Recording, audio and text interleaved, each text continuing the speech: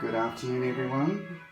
Today I'm going to show you a new Featherweight 222 from March 1954, manufactured in the United Kingdom. I'm just going to give you a quick demonstration. I have an earlier video giving some tips on how to remove the machine from the case and some tips on usage. I'll probably repeat myself.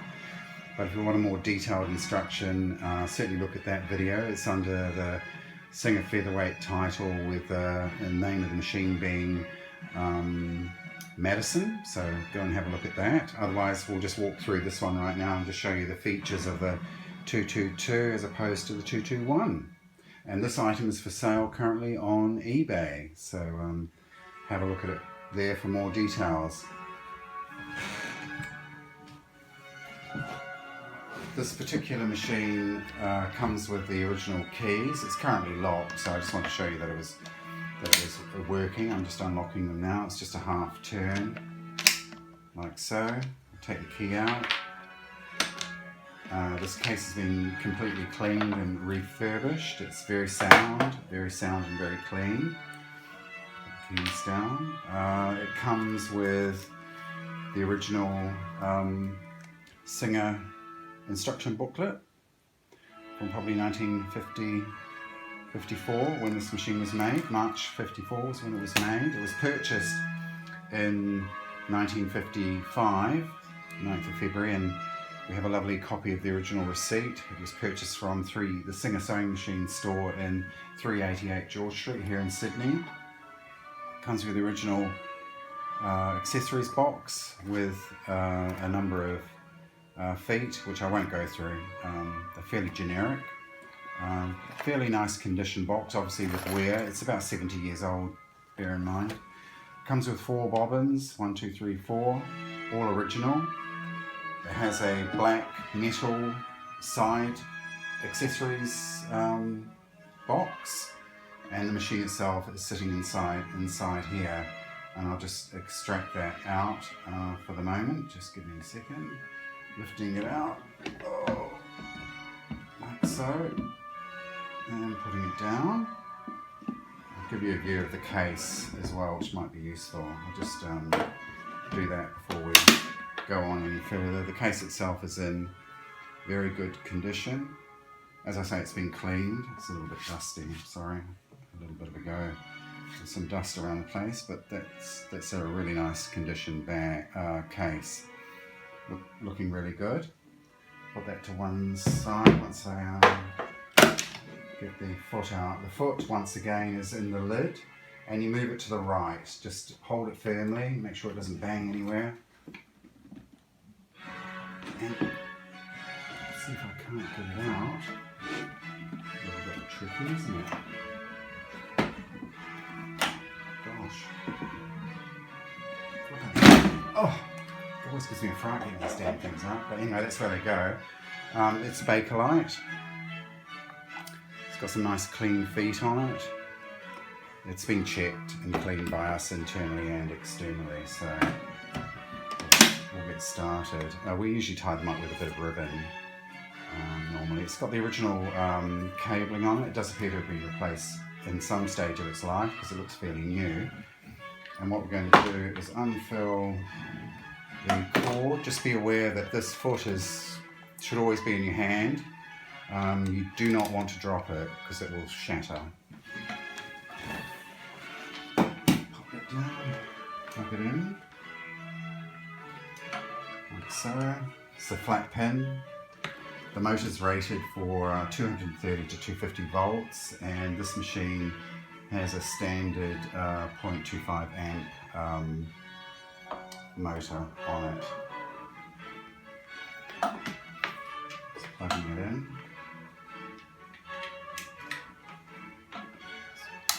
That's the light. Don't know if you can see that. Beautiful. Make sure the needle's up, which it is. I'll just take this cloth out. I've already talked about the protective quality of these cloths. It's always a good idea to leave one on the machine. It protects the bed completely and stops, if you should want to store stuff inside, the machine in this area here. It will protect the sewing surface from any further scratching. It does, because of its age, have light scratching all over it, but it has been polished and cleaned by us as well. The decals are in good condition all the way around on this bed, with very much wear here where needles and what have you have scratched this very edge here. We will touch it up, but I can see a little bit of bare metal there, so we will touch that up for you before we send it out. I'm just showing the release for the bed itself, because this is the difference between a 221 and a 222. This is a 222K. The bed itself is removable, like so.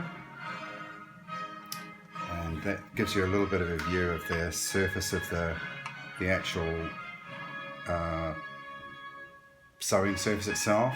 Looks worse than it actually is. It's actually quite nice, but it is worn, rest assured. It's got 70 years of use. So a little bit of wear on that. Pop that over there.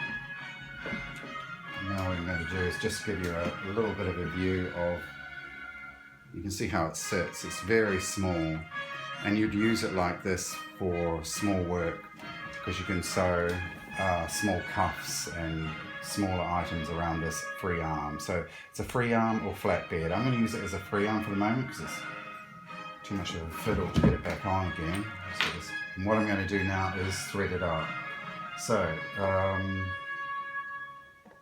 top thread's going to be red, as I always seem to use, and I've got this wonderful spool here which goes on the top of the machine over the spool that we have here currently. So I'm just going to pop that on. Right. So, like that. And I'll get the bobbin. Bobbin itself is the thread is hanging here to the left. Get the bobbin case out. That's the bobbin case. Hopefully you can see that. Has been cleaned by us. Fairly good condition for its age. That's all I can say.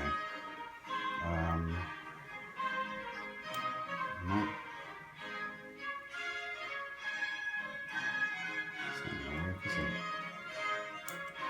There we go. And it should just sort of drop under its own weight. Hopefully not fall out like it just did then. That does happen. I should really have held on to it, but there you go. I'll put it in again. Probably good to demonstrate it more than once anyway. So there we go, hanging over there to the left, popping it in flat, holding on to it, slotting it through the eyelet that's on. You can see it here. It's probably a little bit tricky to I don't know if you can actually see that. Pop that there like that. And then you just hold it, make sure this hook arm is in the upright position, and it should just slot on very easily if I can just get it to seat properly. Oh, I've got it the wrong way around. That's me, really poor instructions so far. Let's try that again.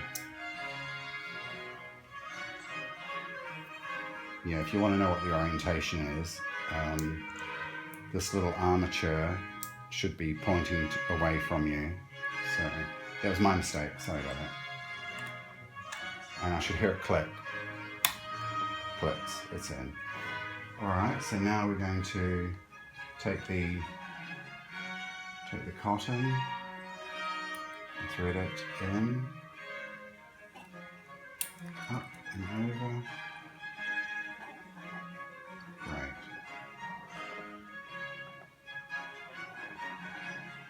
Through the arm here, try not to tangle it up, slot it through there, it just clicks in from the back, top hook and the bottom hook, which is just below this clamp here, and it's probably a good idea just to check that it is firm. Now we thread it up. I use a bit of a guide because my eyesight's not too good. I had it in there, there we go. Threading it, and once again the thread itself goes from right to left, so the thread itself will come through the eyelet of the needle away from the machine and towards the wall, just like that. So I'll just pull that out. Cranking the hand wheel, or the balance wheel as they call it, towards you in all instances, never ever in the reverse. It pops up through there, the white thread from the bottom, and we're in business. I'm using once again this medium weight Belgian linen. It's green, so we should be able to see the stitching quite clearly, and I'll leave this in with the machine when I send it out. So I'm just going to roll it over twice because I want to do double. So I'm doing double. Ordinarily you would iron it. You wouldn't be so sloppy as I am, but this is a demonstration only, so don't be alarmed. My stitch length, I'll use the largest that I can select, which is 6 stitches for the inch. Making sure that our needle's in a down position before we start. And away we go.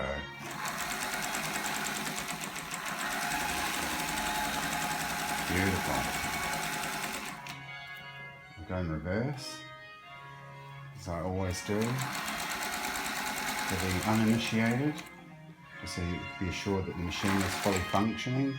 Once again, rotate the balance wheel here towards you until the hook's about to go in a downward position again, cycling through, and you should very easily be able to pull that work out. You can see that that flows quite freely. Cut your cotton. Once again, the red thread goes back through the toe of the straight sewing foot. And be aware, for those that aren't aware, these machines only do straight stitch, both forward and backwards. The added feature of the 222 is not only the sewing plane being removable and therefore becoming a free arm, it allows you also to do embroidery or other such work by dropping the feed dogs. So you can have the feed dogs not working or pulling, they won't pull the fabric at all. So you can actually move your fabric underneath the foot while you're sewing with the foot down, and do work like embroidery or such like. But upward position, the feed dogs are engaged and will feed or take the fabric through the machine, or released, it will be stationary and be relying on you to move your fabric around. So let's do another side, and we'll do a finer stitch this time. Foot down, needle down before you get started. Select your stitch length. I'll go to let's try 30, it could be interesting. I've done this before, so it works fine. This machine's been fully serviced and oiled, cleaned and oiled. I mean, really clean. It was quite dirty when I got it. So here we go. This is 30 stitches to the inch, so it's quite fine. I'll rev it up a little bit.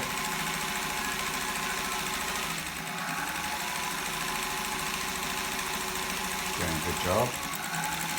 Actually sews really beautifully. I've got the tension on 5 at the moment. It seems to make a really, that's the ideal position for this sort of work.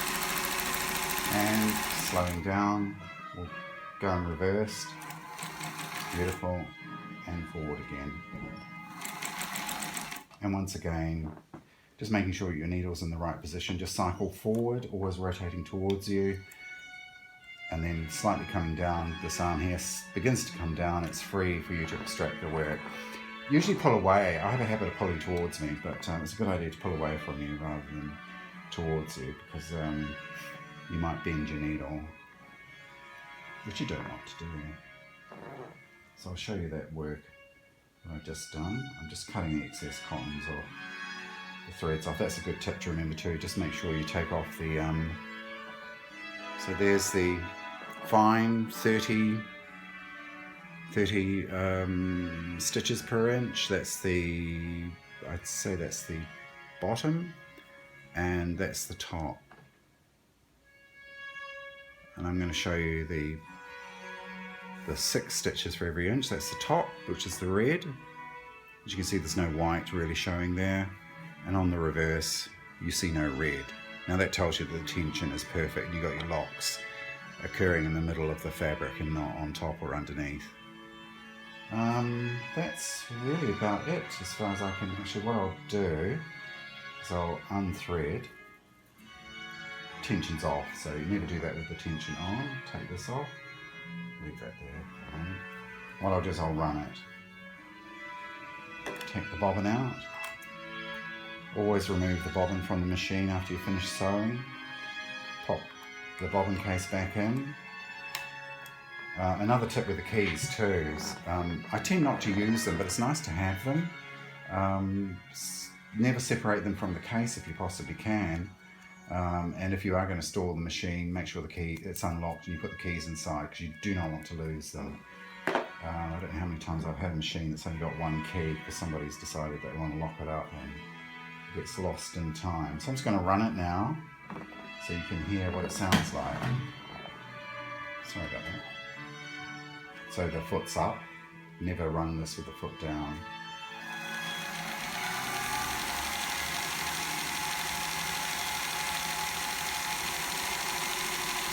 That's it at its fastest. Oh, put that bed back on. Putting the bed back on now. It's fairly easy to do. I hate doing it because I always think I'm going to scratch the damn thing, but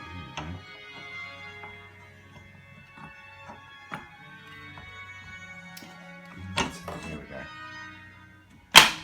Slots back in, don't be alarmed. And then the best thing to do is just make sure this is screwed down so that it doesn't fall out. And then you're ready to put it to bed. You put it on something like this. Bigger cloth would be better, but as I told you, the idea is to protect this plate here from this screw, which is up here, because it can, if you accidentally bump it, it can damage it. Put your foot down. Turn that up, nice and firm, and light once again. All done. It's for sale on eBay. Thank you.